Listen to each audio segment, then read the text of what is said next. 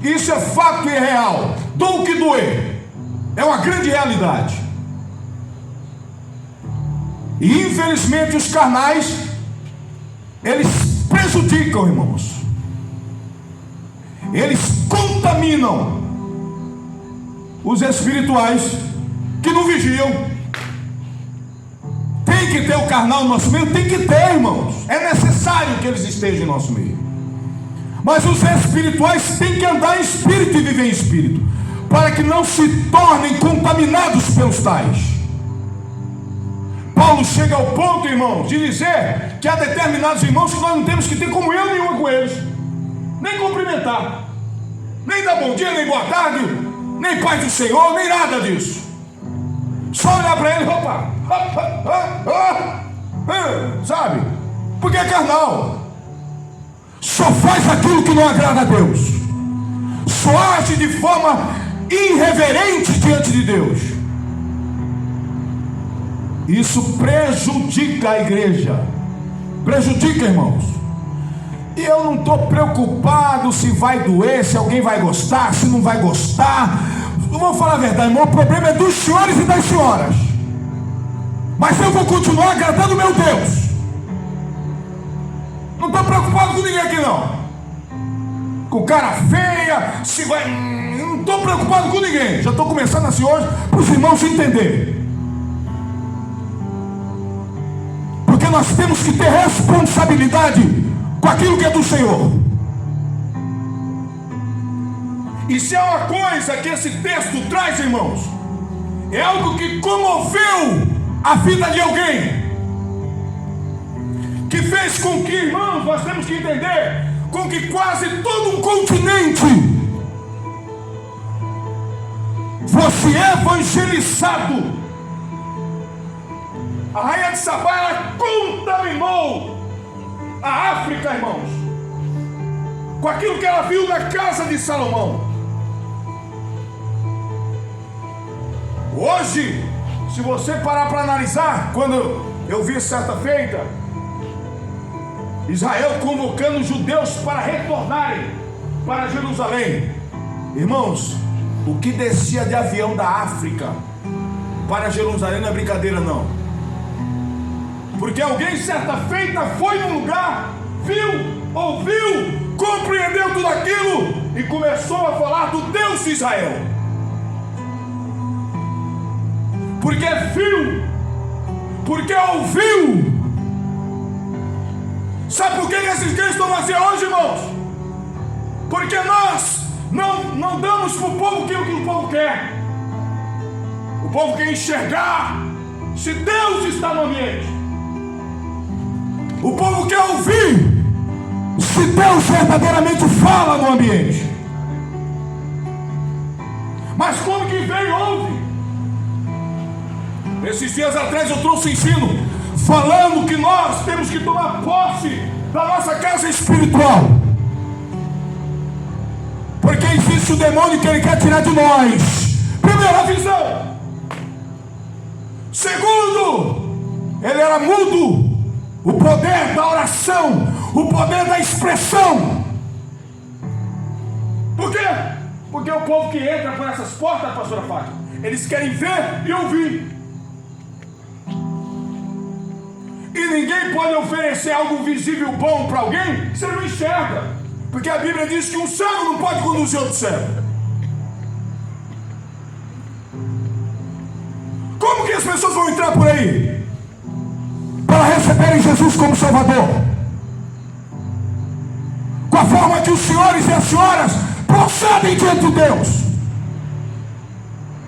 E essa palavra é para todo mundo, irmãos. Para mim também. Não vem ninguém se tirar por escusa aqui não. Que aqui não tem ninguém certinho aqui não. Está todo mundo debaixo da palavra. E se é um que revela a intenção do coração, não é a palavra de Deus. Ela sim é viva, eficaz. E fala que não é. Fala que ela não é viva e eficaz. Se ela não penetra onde eu não posso penetrar. Ei, aonde ela entra, irmãos, são os lugares mais obscuros do teu coração.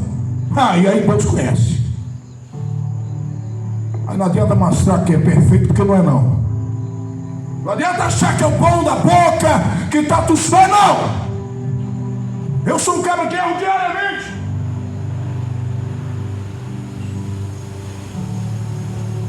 Mas vamos lá. Para mim falar hoje o que Deus tem proposto no meu coração, eu tenho que falar o significado de algumas palavras, para ver se os senhores e as senhoras compreendem a veracidade daquilo que eu vou expor hoje. E por que a igreja tem prejudicado as almas que estão aí fora? Porque até então, o texto que eu li, eu vejo uma mulher que não conhecia um rei, não sabia quem ele era, ela só ouviu falar da casa dele e da sabedoria que ele tinha. Essa mulher atravessou quilômetros e quilômetros com uma caravana para chegar diante do rei, ouvir a sua sabedoria, ver a entrada dele diante da casa do Senhor Deus e observar os seus criados, seus servos e os seus copeiros. Olha que coisa linda. Cadê essa igreja que faz com que as pessoas atravessem fronteiras para virem adorar a Deus?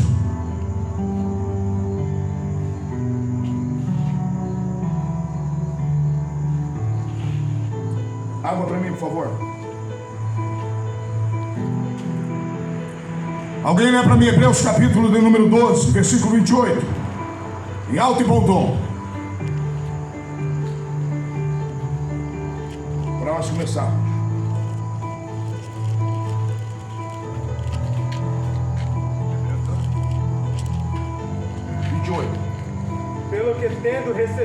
Pelo que tendo recebido um reino que não pode ser abalado, retenhamos a graça continua. pela qual servimos a Deus, A graça pela qual servimos a Deus agradavelmente, com reverência e piedade, piedade ou religiosidade, do jeito que você quiser. Vamos lá. Primeiro significado, palavra reverência. Não sou eu não, é a Bíblia que está mandando você servir a Deus agradavelmente e em reverência.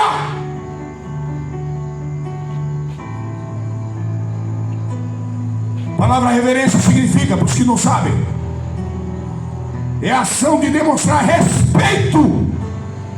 Tem uma tradução, tem uma, não sei qual dicionário é, que diz que é respeito profundo. Esse aqui não está não, mas é respeito profundo.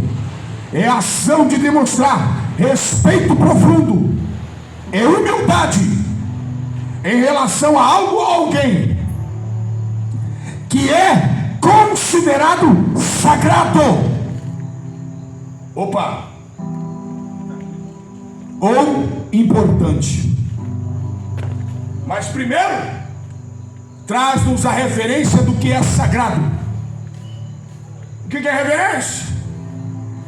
Por que quando Moisés, em Êxodo capítulo de número 3, quando ele chega lá no monte, e ele vê a sarça ardendo em fogo, e ele vai se aproximar, e Deus vai, epa! Primeiro você vai tirar a sandália do pé, viu, bonitão? Príncipe do Egito, cheio de todo o conhecimento e sabedoria do Egito. Moisés não era qualquer um não, ele era o cara. Moisés tinha letra, tinha conhecimento de tudo que você pensar.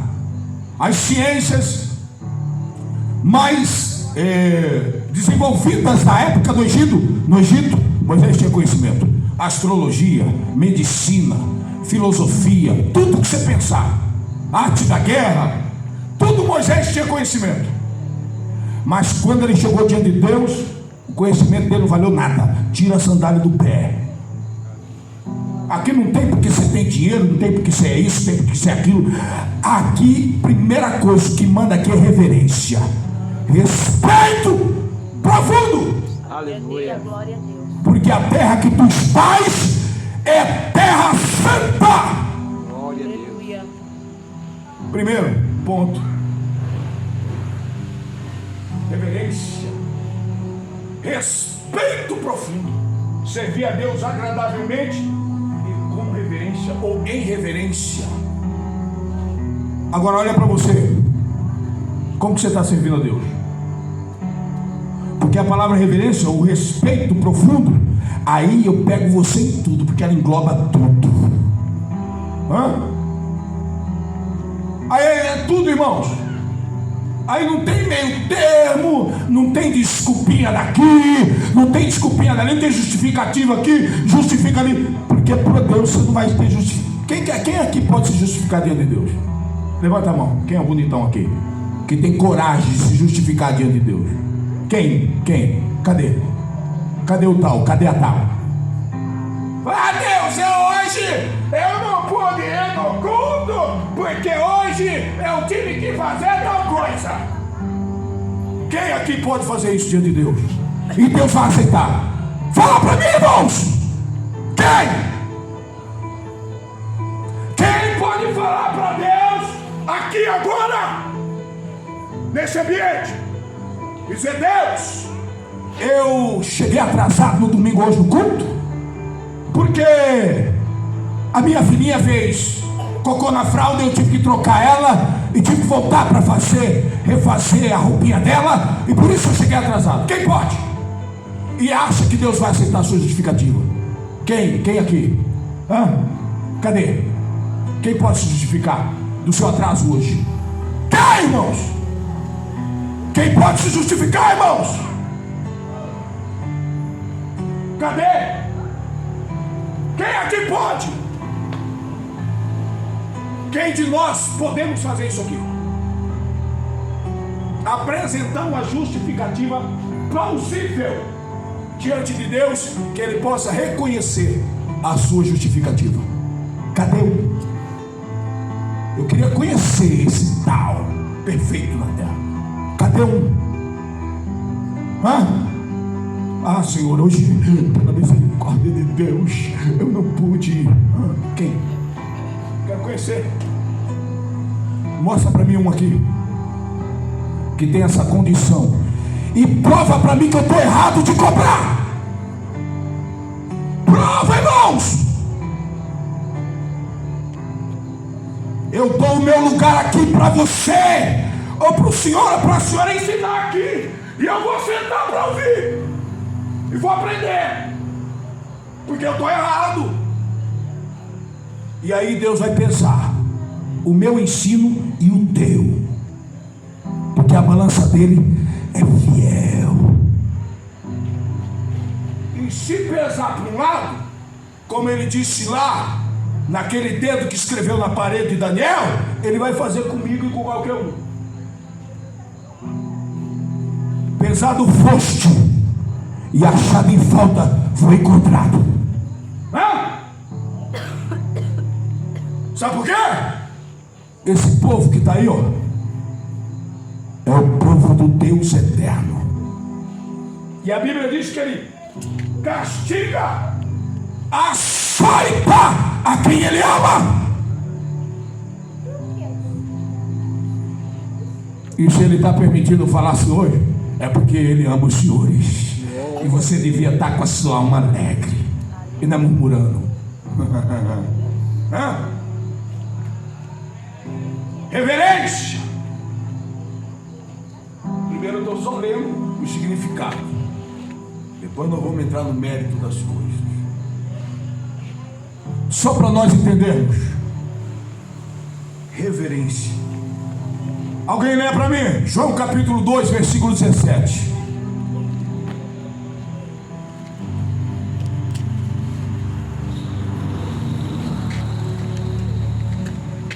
E seus discípulos lembraram-se do que está escrito. O zelo da tua casa. Opa, então está escrito isso aí. Está escrito, eu vou se lembrar do que está escrito. Sim, senhor.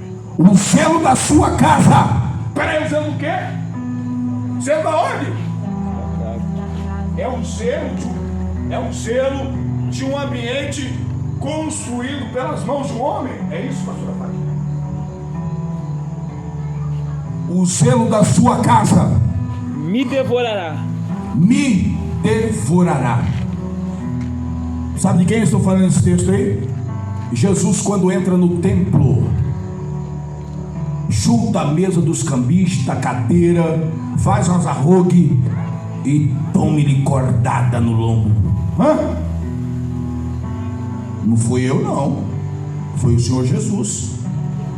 E aí a Bíblia diz que os discípulos dele lembraram do que está escrito: zelo da sua casa. Peraí, mas ali não é casa espiritual. Ah, mas naquela época havia templo. Oh, glória, verdade. Mas hoje existe igreja, eclésia, ajuntamento. E nós escolhemos. Aqui é opção. Aqui não é ordenança. Aqui é opção. Ordenança é ajuntamento, eclésia. A opção da construção é nossa. E Deus nos deu esse direito. E quero ver quem da internet me prova que ele não deu. Hã?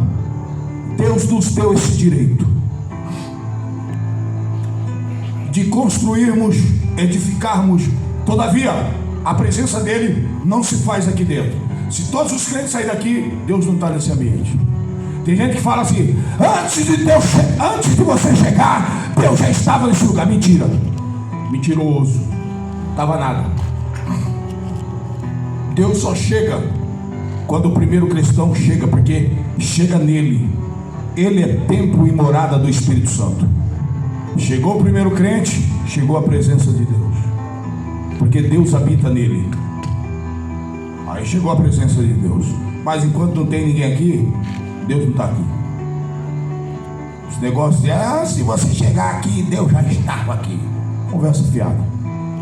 Tem conhecimento bíblico.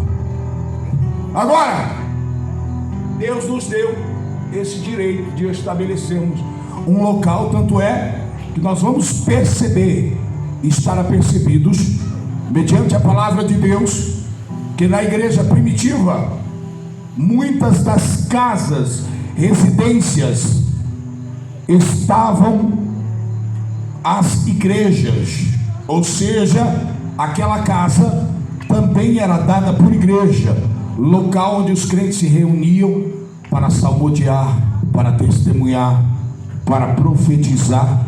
O profetizar que eu estou falando aqui é pregar a palavra, aquilo que Paulo escreve lá em 1 Coríntios capítulo 12. A profecia pregada. Não é assim diz o Senhor, não. Agora, Deus nos deu esse direito. Estabelecemos um local, um ponto de culto, aonde nós ali reunidos adoraremos ao Senhor, exaltaremos a Ele, glorificaremos a Ele. Espera aí, Atos capítulo 2, a Bíblia diz que os discípulos, eles estavam reunidos em um mesmo lugar. Primeiro ponto, Atos 2, versículo 1 a seguir: veio sobre eles o Espírito de Deus, e eles foram cheios da presença do Espírito Santo, reunidos em um mesmo lugar, em uma edificação. Estou falando isso para os irmãos me entenderem, que fomos nós que decidimos estarmos reunidos em um ambiente, em um local reservado somente para adoração a Deus. Foi nós que decidimos isso. Ou não foi? Ou foi só eu, pastor Gilberto? Ou os senhores estão aqui porque eu mandei os senhores vir aqui? Ou porque os senhores decidiram estar em um ambiente para adorarem a Deus? Tanto é que eu não comprei esse terreno sozinho, eu comprei. Comprei, irmãos? Não. Foi os senhores. Foi com o dinheiro dos senhores. Ou eu estou enganado? Uns deram mais, outros deram menos, mas foi dinheiro dos senhores. Então fomos nós, primeiro ponto, que decidimos estar em um mesmo ambiente. Decidimos, e a Bíblia diz que aquilo que a igreja concordar, está lá em Mateus capítulo 16 e também, se eu não me engano, Mateus capítulo 18, que tudo que nós como igreja concordarmos aqui na terra será concordado no céu. Tudo que ligar na terra, ligado no céu. Então isso aqui para Deus é um lugar onde nós nos reunimos para o adorar. Concordam comigo? Concordam, irmãos? Então os senhores também concordam comigo que Deus, Ele vai atrair as pessoas para qual ambiente? Para minha casa? Para a sua? Para onde que Deus vai atrair as pessoas? Para a sua casa? Para a minha? Ou Ele vai atrair para o local onde nós concordamos em estarmos reunidos como igreja para o adorar? É só ler lá. Alguém lê Atos capítulo 2, se eu não me engano, versículo 47. Vamos lá? Pode abrir aí. Louvando a Deus, recaindo na graça de todo o povo, de todos os dias acrescentava o Senhor à igreja aqueles que se haviam de salvar. Se você ler alguns versículos antes, você vai ver que o povo estava reunido em um mesmo lugar. E era nesse lugar que Deus enviava as almas. Não enviava, essa alma eu vou enviar na casa de Pedro. Não. Essa alma eu vou enviar na casa de Mateus. Não. Essa alma eu vou enviar na casa de Bartolomeu. Não. Essa alma eu vou enviar na casa de João. Enviava no local onde eles estavam reunidos. Lá era o local de adoração. Poxa, peraí. Então eu quero entender. O escritor aos Hebreus, ele tem um cuidado específico no capítulo 10 de trazermos a compreensão de que nós não hajamos como muitos agem, deixando as suas congregações, ou seja, local de culto, local de reunião, aonde os crentes se reúnem para o adorar. Eu estou falando isso só para os irmãos entender que nós temos que ter uma responsabilidade. Eu vou falar sobre reverência e vou falar também sobre zelo. Aquilo que Deus ele promove em cima de duas palavras, pastora Fátima: reverência e zelo. E se você quiser entender isso, você só precisa ler o capítulo 2 de Atos dos Apóstolos. Só. Você não vai ler mais nada. E ali você vai entender na totalidade o porquê que aquela igreja era diferente de nós hoje. Que achamos que servir a Deus é do jeito que a gente quer e da maneira que quer, e fazer da forma que a gente acha que deve fazer. Só que o buraco é bem mais embaixo. E nós vamos ver isso naquele grande dia. Nós vamos ver. Muitos estão acreditando que estão agradando a Deus, mas não está não. Não está não. Tenho certeza do que eu estou falando. Vamos lá. Já entendemos. Fomos nós. De repente algum internauta: mas Deus não mandou construir templo. Não mandou mesmo, rapaz. Não mandou, mas nós decidimos construir. E daí? E aí? Pronto. Você vai fazer o quê se nós decidimos construir? Quer dizer que Deus vai desaprovar nós construímos um mega templo e adorarmos Ele debaixo dele? Não. O importante para Deus não é o templo feito por mãos de homens. O importante para Deus é o templo que Ele formou e o ajuntamento que Ele ordenou. Porque quando Jesus disse igreja, Ele disse eclésia, e Paulo disse que nós somos o corpo de Cristo e Cristo é o cabeça. Foi Jesus que ordenou o ajuntamento e ponto final. Quem quiser falar que não, que fale. Ajuda se quiser agir, né? Eu não preciso da igreja, o problema é teu, meu querido. Você não precisa. Vive sua vida do jeito que você quiser. Naquele grande dia a gente vai ver, ué. Se Jesus vai falar, vinde, bendito meu Pai, ou Jesus vai falar, sai pra lá, rapaz, te conheço. Você não honrou o meu corpo? Quer que eu te honre? Eu já ensinei sobre isso. Vamos lá. A Bíblia diz que o selo da sua casa. Naquela época, o templo era a casa de Deus, porque a presença de Deus se manifestava sobre o propiciatório, a tampa da arca da aliança. Ali se manifestava a glória de Deus, no santo dos santos. Ponto. Ali era a casa do Senhor. Casa entre aspas, porque Deus também havia dito: poderia o homem construir uma casa que pudesse conter a minha glória? Alguém poderia fazer isso? Ninguém. Mas Deus, né, para aliviar do homem, falou: não, constrói aí, Salomão. Davi não vai construir porque é homem de sangue, mas seu filho vai construir, Davi.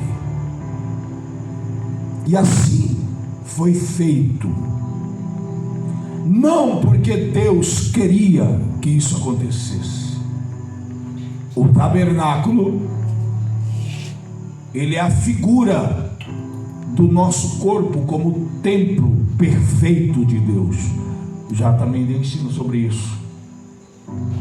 Ele faz referência a nós. O templo de pedras, né, ele já traz algo diferente. Primeiro, porque o templo de pedra ele é fixo. Ele é fixo, ele não é móvel. E o tabernáculo era móvel. Olha como ele traz a semelhança. O tabernáculo era móvel, como este templo aqui é móvel. Agora, o templo era fixo. A igreja de Cristo, o corpo de Cristo, o ajuntamento não é móvel. Ele é fixo. A igreja que estava na casa da Maria tal. João, escreve aí. A igreja que está em Éfeso, fixo. A igreja que está em Laodiceia, fixo. A igreja que está em Sardes, em Tiatira, um ambiente fixo para adoração. Agora, peraí, eu vou entender isso aí. Quer dizer que então havia ambientes fixos onde o povo ia adorar a Deus? Sim. E aquele ambiente ele era menosprezado e desprezado? Pergunto para os irmãos. Se existia um ambiente, existia uma organização. Primeiro, porque se não houver organização, não tem como nós dizermos que a igreja de Cristo se reúne naquele lugar. Vamos entender isso? Certa feita, Jesus disse a 2 discípulos seus em específico, se eu não me engano, Pedro e João. Jesus disse assim para eles: olha, vocês vão sair daqui. Os discípulos perguntaram para ele: mestre, aonde nós vamos preparar a Páscoa para nós desfrutarmos dela? Jesus falou assim: vamos subir na cidade. Lá na cidade vocês vão ver um homem, eu não sei se ele está saindo, entrando, me lembro, mas com um cântaro sobre os seus ombros.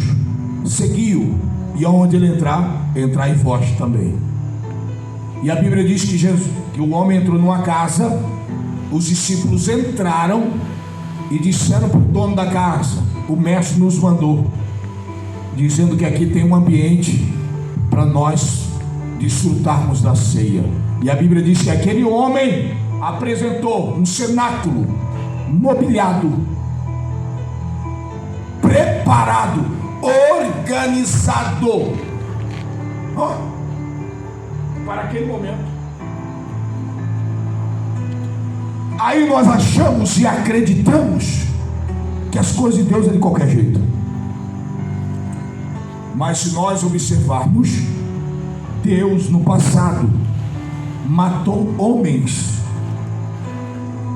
feriu homens e lançou no abismo, porque somente deixaram de reverenciá-lo, ou seja, respeitá-lo profundamente.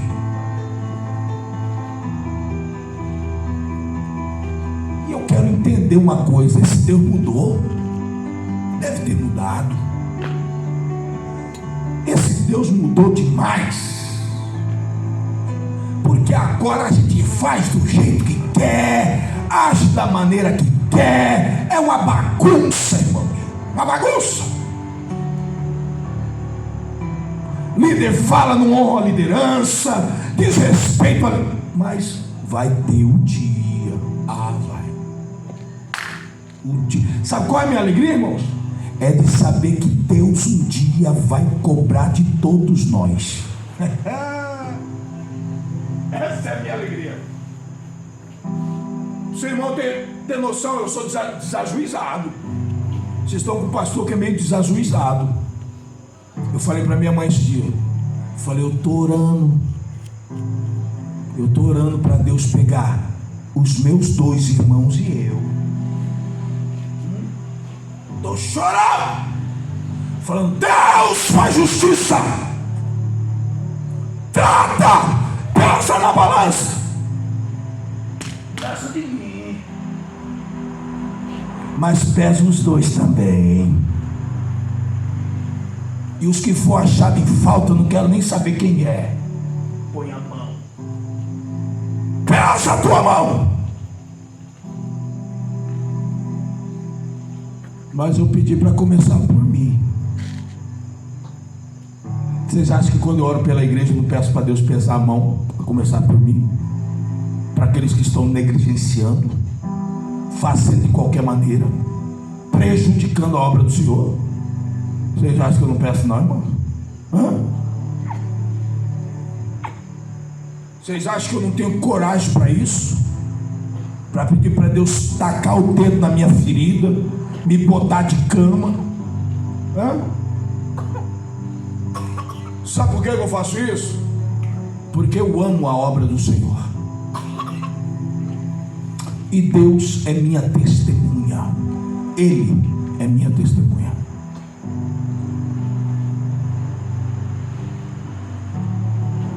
A palavra zelo, vamos lá para nós entendermos.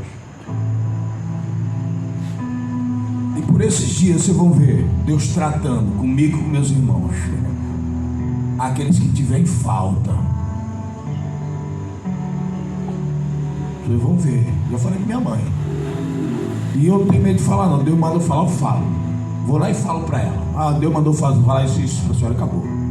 Gostou, amém. Não gostou, amém também. Não falo assim, mãe? Vou lá e falo para a senhora que tem que falar.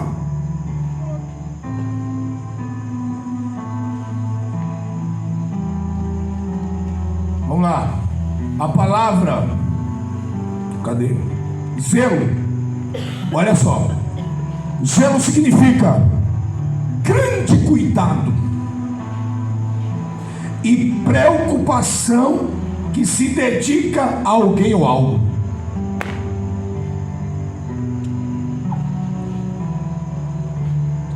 Reverência, zelo. O escritor aos Hebreus manda nós termos, ele mandou nós servimos a Deus agradavelmente, ou seja, com alegria, com disposição. Mas aí ele diz: e em reverência, em respeito respeito profundo, dando honra àquele que merece a honra, dando glória àquele que merece a glória. Quem disse isso foi o escritor aos Hebreus. Aí nós vemos lá em João 2, Jesus entrando dentro da casa de oração e vendo aquela baderna toda. Abaixa um pouquinho o fundo. E vendo aquela baderna toda, e Jesus, na mesma hora, ele começa a mudar o quadro do sistema. Mas ele veio assim: ô irmão, queridinho de Jesus, eu te amo muito, príncipe. Ah, bonitão. Você não pode fazer isso aqui não, príncipe. Pode não. Ah? Vamos pegar isso aqui seu, vamos levar lá pra fora. Lá fora você vende, tá, bonitão? Pode vender nada aqui não. Tá, vamos pra fora. Vou ajudar você a carregar pra fora. Vamos lá. Pra você não entristecer, senão você não vem mais na igreja. Você vai entristecer, aí você não vai vir mais na igreja. E aí eu fico com medo, né? É assim que funcionou o negócio? Foi dessa maneira? Ou Jesus chegou e meteu o pé no negócio, botou o tempo para arregaçar, fez do jeito que era para fazer, colocou a casa em ordem? Como que funciona isso? Que tratamento que você acha que Jesus tem que dar para você e para mim? Porque eu não estou fora disso aqui não, irmãos. Eu sou bem consciente daquilo que eu falo. Mas que tratamento você acha que Jesus tem que dar para nós? Não? Que nós somos os bonitinhos de Jesus? Que aqui ninguém erra, que nós somos perfeitos? Irmãos, eu não estou nem preocupado com quem não está aqui. Pastor, eu estou nem preocupado com ele. Essa igreja aqui não tem ovelha perdida, tem ovelha rebelde. Tem ovelha perdida aqui não. Pastor Gilberto não faz visita, tem ovelha rebelde, irmão. Tem filho pródigo. Filho pródigo, Deus fecha a porta, a torneira, a escassez vem, o diabo jogando bolota. Come aí, miserável, vai jogando bolota. E os que estão sem visão de uma vez de Deus, mergulha na bolota e come dela, irmão, se lambuza dela. Porque a Bíblia diz que o sujo suje-se mais ainda. E aí? Então não tem esse negócio. Minha preocupação aqui é com as almas que precisam restabelecer as suas vidas espirituais, que estão aí fora. Estou dizendo com o rebelde. Não estou dizendo para aqueles que não querem compromisso com Deus. É bem diferente. É bem diferente. Agora, quando o Senhor Deus, através da pessoa do Senhor Jesus, Ele age daquela maneira, hoje, nos dias de hoje, a primeira coisa que vai acontecer é a desaprovação de muitos crentes. Pastor, não pode agir assim não. Entra na igreja, mete o pé, faz isso. Não, sangue de Jesus, esse não é um de Deus não. Eu estou preocupado com quem acha deixa de achar se somos de Deus ou não. Eu estou preocupado com essas coisas, irmãos. Eu estou preocupado com as verdades. Eu estou preocupado com as rainhas de Sabá, que precisam conhecer a essência de Deus. Eu estou preocupado são com nações inteiras que precisam de uma igreja que ora, que faz a vontade de Deus, que busca verdadeiramente cumprir a vontade de Deus. Vamos lá. Quando eu observo a rainha de Sabá, ela se locomovendo do meio da sua nação até aquela terra longínqua, para ir observar a sabedoria de um homem. Interessante é nós sabermos que o apóstolo Tiago, ele nos diz que aquele que tem falta de sabedoria, peça a Deus, que Deus está pronto para te dar. Podemos entender e compreender que na verdade nós somos uma igreja atrativa. Olha só, presta atenção para você entender e aprender. Nós somos uma igreja que temos que ser atrativos para o mundo aí fora. Mas por que nós não somos? Por falta de quê? Primeira coisa que despertou na rainha de Sabá foi a sabedoria do rei. Sabedoria do rei. Aquilo que o rei trazia. E a Bíblia diz que ela foi experimentar o rei Salomão com seus enigmas. Ela foi provar. E quando ela foi provar, a Bíblia nos diz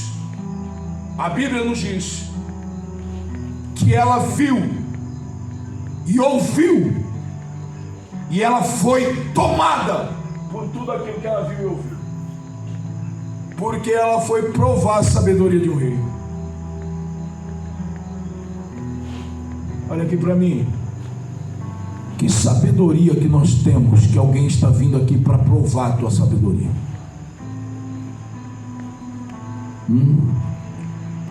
Quem está vindo na igreja porque viu em você algo diferente da parte de Deus.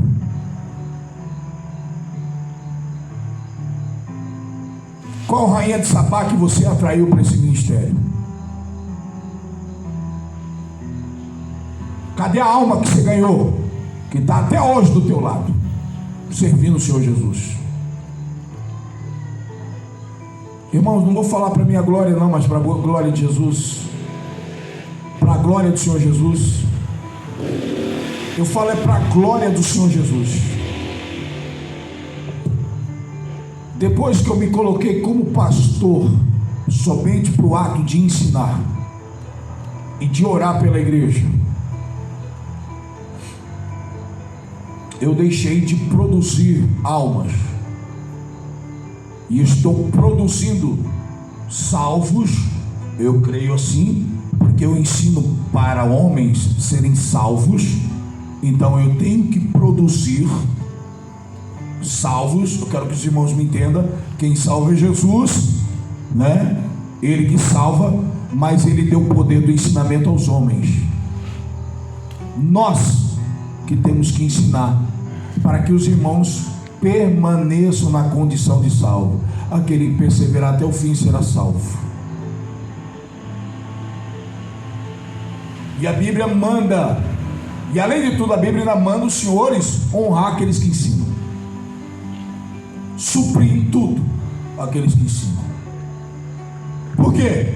Porque a Bíblia sabe da importância que tem os homens que ensinam os caminhos do Senhor. Glória a Deus, aleluia. Agora, você vai aqui na igreja Assembleia de Deus aqui, ó. Pode ir lá. Tem vários obreiros.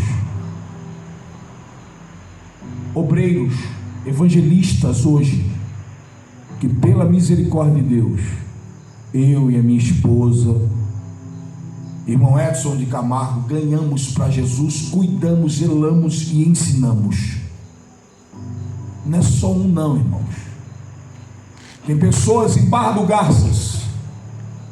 Lá em Barra do Garças tem um ex-homossexual, exídio, professor, Cuidei dele desde o início. Está aí minha mãe.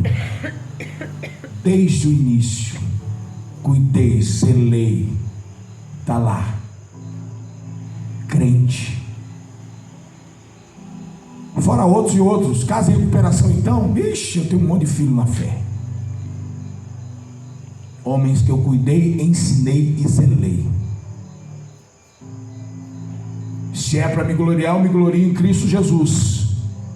E através dessas almas que eu contribuí para que elas se achegassem a Deus. E eu não era pastor na época.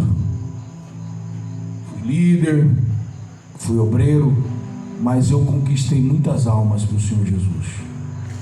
Não estou falando isso para me gloriar. Se fosse falar para gloriar, eu estava contando a quantidade delas. Já que é para gloriar. Mas a Bíblia me manda eu ir e fazer discípulo. Cadê o teu discípulo? Cadê aquele que veio ver a tua sabedoria? Observar a tua sabedoria? Cadê, irmão? Cadê a alma que você ganhou, que zelou, que cuidou, que orou, que ensinou? Cadê? Cadê você chegar diante de Jesus e falar: está aqui, Senhor, minha mão está cheia de almas? Cadê? Cadê isso? Tem hora que nós temos que ser confrontados, irmãos. E a verdade tem que ser nua e crua. Cadê, irmãos? Ah, mas eu ganhei uma alma e ela foi lá para tal cidade. Você ganhou, você pregou para ela, ela foi embora. Diferente. Eu já preguei em várias igrejas que alguém gastou 3, 4, 5 almas, mas o que eu contribuí para aquela alma? Não foi nem eu, foi a palavra de Deus que salvou ela. E aí, o que eu contribuí? Cadê eu cuidar? Cadê eu zelar? Cadê eu ensinar? Porque fazer discípulo é isso, né? Eu pregar, a pessoa aceitou Jesus aqui esses dias atrás. 2 irmãs me ligou, elas devem te ver aqui. Fui na casa delas, eu que orei por elas. Aceitaram Jesus. Mas cadê eu cuidar e zelar delas? Cadê elas aqui? Estou orando para o filho de uma delas, tudo. Ela vai congregar aqui. Mas cadê eu estar zelando delas? Então eu não me tenho como eu ganhei aquelas almas. Certo é que alguém falou de mim para ela, né? Alguém que congregou aqui falou de mim para essas pessoas, sabe? É mais ou menos aquilo da rainha de Sabá. Estou me gloriando não, irmão. Se fosse me gloriar, falar muito mais coisas. Falou de mim para elas e falou que o único, deixa, eu tenho um áudio no meu celular que está ali, ó. E a irmã deve estar ouvindo. O único referencial que essa irmã tinha de pastor, e olha que ela já congregou a Assembleia de Deus com muitos outros pastores, era a minha pessoa. Sabe quem é essa irmã? Às vezes ela está até ouvindo. A irmã Vivian, que foi diaconisa nossa. Estou falando para os irmãos ver que o testemunho é verdadeiro. Qualquer coisinha elas vão falar que é mentira. Está aí na rede social. Ela que disse isso. E essas pessoas, tanto é que essa irmã queria que eu fosse lá orar por ela. Eu não pedi nada disso. Mas e aí, irmãos, cadê o nosso referencial? Cadê alguém vir atrás de nós por causa da nossa sabedoria? Eu acho que é em Provérbios ou em Salmos diz que o princípio da sabedoria é o quê? O temor a Deus, não é?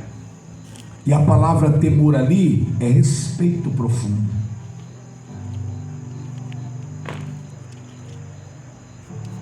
Sabe como que a pessoa vê sabedoria na sua vida? Através de respeito com aquilo que é de Deus.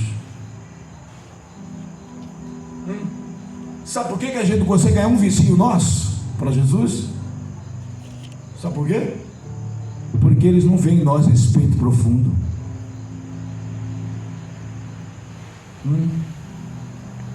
Irmãos, eu bato duro em cima disso, irmãos. Não vou cansar de falar essas coisas.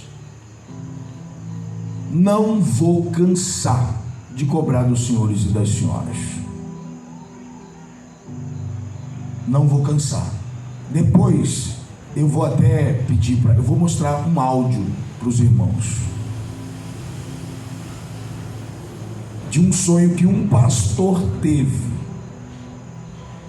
até para os irmãos entender, viu? Que quem me usa desse jeito não sou eu não, é Deus que me usa desse jeito. Que incomoda, dói. Eu sei que me ouvir é ruim, irmão. Me ouvir eu sei que é ruim.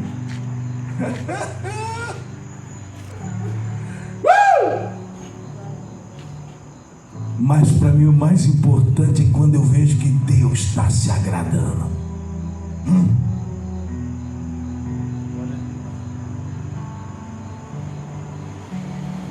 Que eu vejo que Deus está se agradando. Eu não ia falar não, mas Deus me incomodou.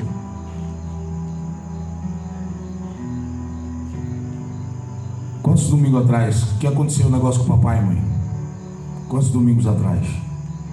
Acho que foi já tem mais meses, né? Na reunião de obreiro eu pedi para todos orarem pelo meu pai. Quem lembra disso, levanta a mão. Pedi para todos. E eu disse que o que eu falei, eu não falei de mim mesmo. Concordam comigo? Sim, senhor. Mas o que eu falei aconteceu ou não aconteceu? Aconteceu ou não aconteceu, irmão? Aconteceu. Sabe por que aconteceu? Porque é Deus que cuida desse ministério. Essa cadeira aqui, ó, desde o dia que eu orei e falei com Deus, Ele falou que Ele que ia conduzir esse ministério.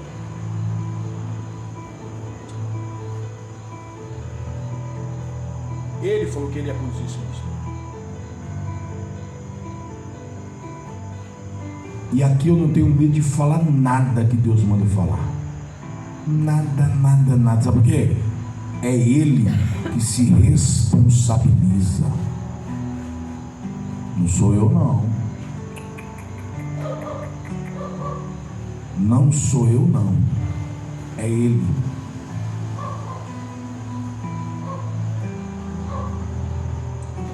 E uma coisa que Deus está incomodado, irmãos, com esse ministério, é essas duas palavras: reverência e zelo. E interessante é que essas duas palavras, pastora Fátima, elas têm uma conexão e elas não conseguem se auto-separar. Quando nós observamos a primeiro ponto que nós observamos, que a rainha de Sabá, ela foi atraída pela sabedoria de Salomão. Já disse isso. E Deus deu o direito da sabedoria a todos os cristãos. Se tem falta, é só pedir, e Deus dá a quem não tem. Por quê? Porque o nosso Deus sabe o que atrai as pessoas a Ele, além do seu amor profundo e inquestionável, é a sabedoria. Mas não é a sabedoria maligna do mundo, mas a sabedoria da parte de Deus, que é boa e benigna. A sabedoria que faz com que as pessoas desejem desfrutar daquilo que você está desfrutando. E foi isso que atraiu uma mulher de milhares e milhares e milhares de quilômetros de Israel, né? Caminhar por vários e vários e vários e vários dias, montados em camelos, para estar na presença de um rei. que quando ela chega na casa do rei, a Bíblia diz que Salomão declarou todas as suas palavras, nenhuma coisa se escondeu ao rei que ele declarasse. Aí olha só, olha o que a Bíblia vem dizer: vendo pois a rainha de Sabá toda a sabedoria de Salomão e a casa que ele edificar. Essa casa não é a casa dele, não, é a casa do Senhor que ele havia edificado. Quando ela viu, ela ficou vislumbrada, tamanha era a beleza e a glória daquela casa. Isso só porque ela viu uma construção.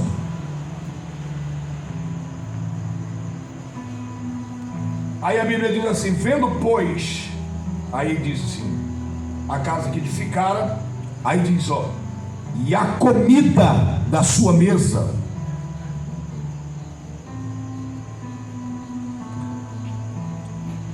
Quando eu falo comida da mesa, eu vou falar aqui o relato, e depois eu mostro o áudio. Vou matar a cobra e mostrar o pau. Tem um pastor lá de Barra do Garças, o nome dele é Antônio, mas o apelido carinhoso que ele tem, todo mundo conhece ele como Pastor Totó. Semana passada ele encontrou alguém que tinha o meu número, deu para ele, e a gente voltou a se conversar com muita alegria, que a gente é muito amigo. E quando foi, acho que quinta-feira, sexta? Terça. Quarta, quer dizer, quarta. Quarta-feira ele me mandou um áudio dizendo que ele tinha tido um sonho comigo. E ele me contou aquele sonho no áudio. Está no áudio o sonho. E no sonho ele disse que ele chegava, não sei se era na minha casa, não me lembro muito bem, depois no áudio a gente vê isso. E que ele falava para minha esposa que ele queria comer. Ele só iria naquele local, né, amor? Ele só iria se ele tivesse, se nós tivéssemos para oferecer para ele galinha caipira. E aí essa conversa era com a minha esposa. E a minha esposa disse assim: lá tem muita comida. E tem a galinha caipira. Aí no sonho ele disse que ele só pensa. Ele pensa assim que, poxa, eu quero aquela pimentinha bode. Que é bem da pimenta, ela é bem ardida mesmo, né? Pimentinha bode, não sei o que lá. Ele pensa assim: eu só vou comer a galinha caipira se tiver a pimentinha bode. Ele pensa. E a minha esposa responde para ele: e tem mais uma, pastor. Lá tem também a pimentinha bode para o senhor comer com a galinha caipira. Aí ele disse que a alma dele muito se alegrou. Muito se alegrou. E ele fica muito alegre com tudo aquilo.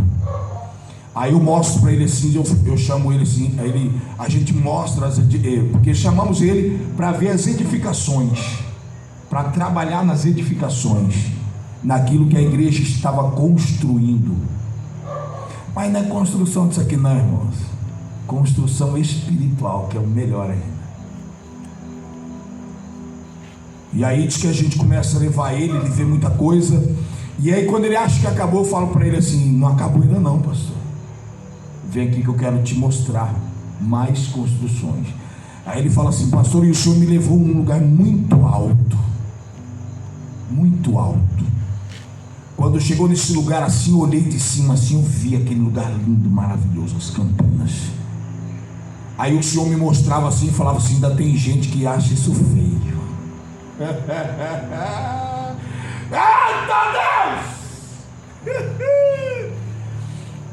E eu falava para ele: tem gente que ainda acha isso feio. Ele falava assim: não, pastor, isso aqui não é feio não, isso aqui é maravilhoso.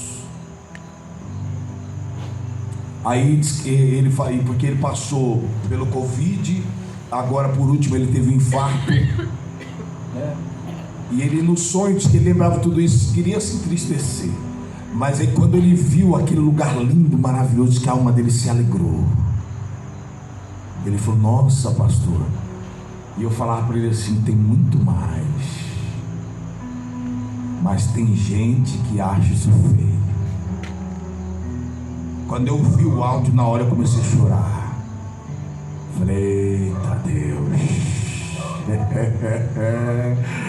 Na hora eu entendi o sonho. Falei: Jesus, isso é maravilhoso mesmo, né?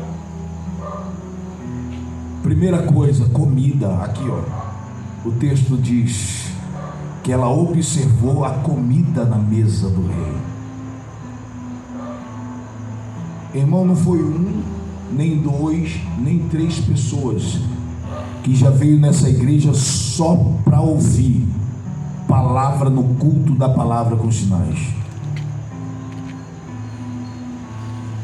Pessoas que vieram só para ouvir, para provar se era isso mesmo. Concorda, Sebastião? Sim, senhor. Quem mais conta? Aqui a irmã Jucinéia viu isso, Sebastião viu isso, quem mais que viu? Acho que Elton também já viu, não sei. Mas as pessoas que eles diziam: eu vou lá na sua igreja, naquele culto lá, para ouvir o teu pastor pregar.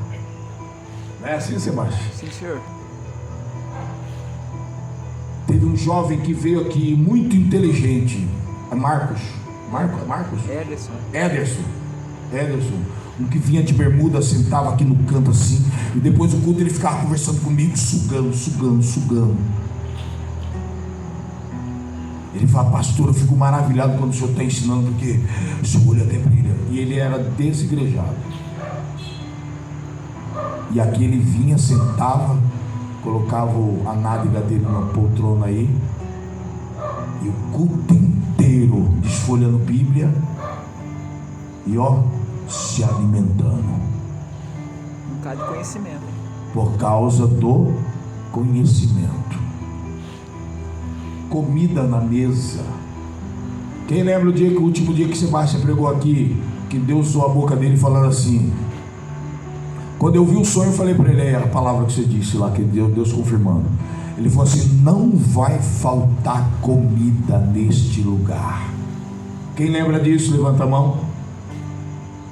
As irmãs lembram. E no sonho que o irmão teve na hora, eu entendi, a lágrima veio na hora. Eu mandei um áudio para ele mandou depois um outro áudio. Falou: pastor, só de ouvir o áudio que o senhor mandou para mim, está tudo no meu celular ali. Ele falou assim: estou todo arrepiado. E você já ouvia a voz dele meio trêmula, como alguém que já estava pronto para cair em lágrimas na presença do Senhor. Cadê a comida na mesa? Cadê os Davi que fala: prepara uma mesa na presença dos meus inimigos? Só manda preparar a mesa quem tem pão, irmão, quem tem alimento. O crente que não tem. E o que eu ouvi de pregadores pregar que essa mesa, Deus vai preparar uma mesa na presença dos seus inimigos, eles vão ver o que Deus vai fazer. Não tem nada a ver essa passagem bíblica com isso aí. Não tem nada a ver com isso. Davi ali queria demonstrar comunhão, misericórdia, longanimidade, Glória a Deus. bondade, fruto. Deus prepara a mesa para esse tipo de pessoas, para colocar diante dos inimigos e os inimigos desfrutarem, comerem aquilo que você tem de melhor.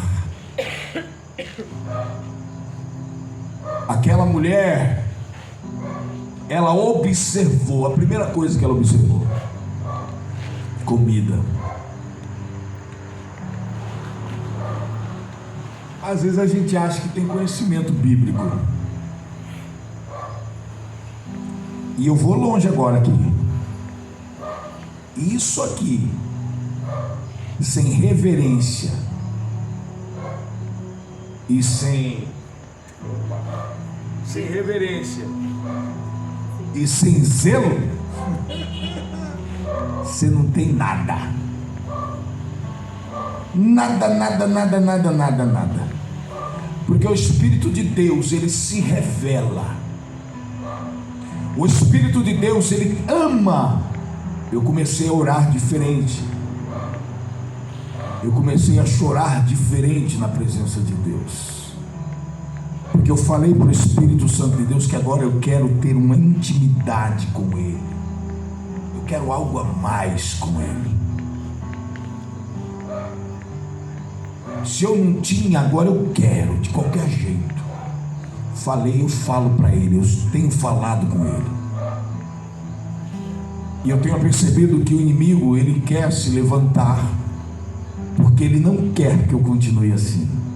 Mas Deus está me dando graça. Isso é uma coisa que eu quero dizer para os irmãos nessa noite.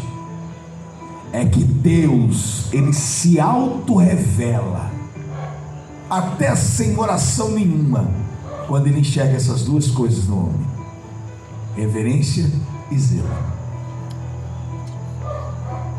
Reverência e zelo.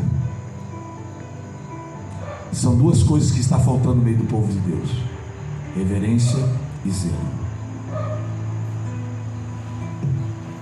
Não adianta, irmãos, eu dizer que sirvo a Deus do meu jeito. Deus não está procurando quem serve Ele do jeito dele, do jeito que a pessoa quer servir.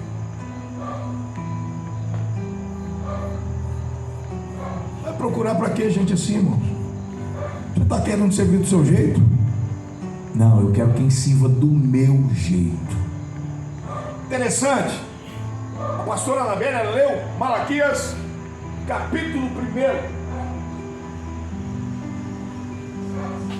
1 e fundiu com aquilo que estava. Quando ela lia ali, começou a ler, meu couro arrepiava todo. Deus é minha testemunha. Meu couro arrepiava todinho, sabe, meu couro arrepiava. Eu falei: eita Deus, olha aí, o Senhor mostrando aquilo que está desagradando no meio do povo. Pergunte se ela sabia o que eu ia falar aqui hoje. Pergunte se ela sabia alguma coisa. Ela não sabia de nada, ué. Que negócio que é esse? Coincidência? Você acredita nisso? É coincidência. É porque Deus está demonstrando que Ele não está se agradando daquilo que nós estamos agindo. Peraí! Mas a Bíblia diz que aquilo é para o sacerdote. E você é o quê? Mediante a Bíblia, o que você é? Fala para mim, irmãos. Sacerdote. Nós não somos sacerdotes diante de Deus. Nós não temos liberdade de entrar no santo dos santos.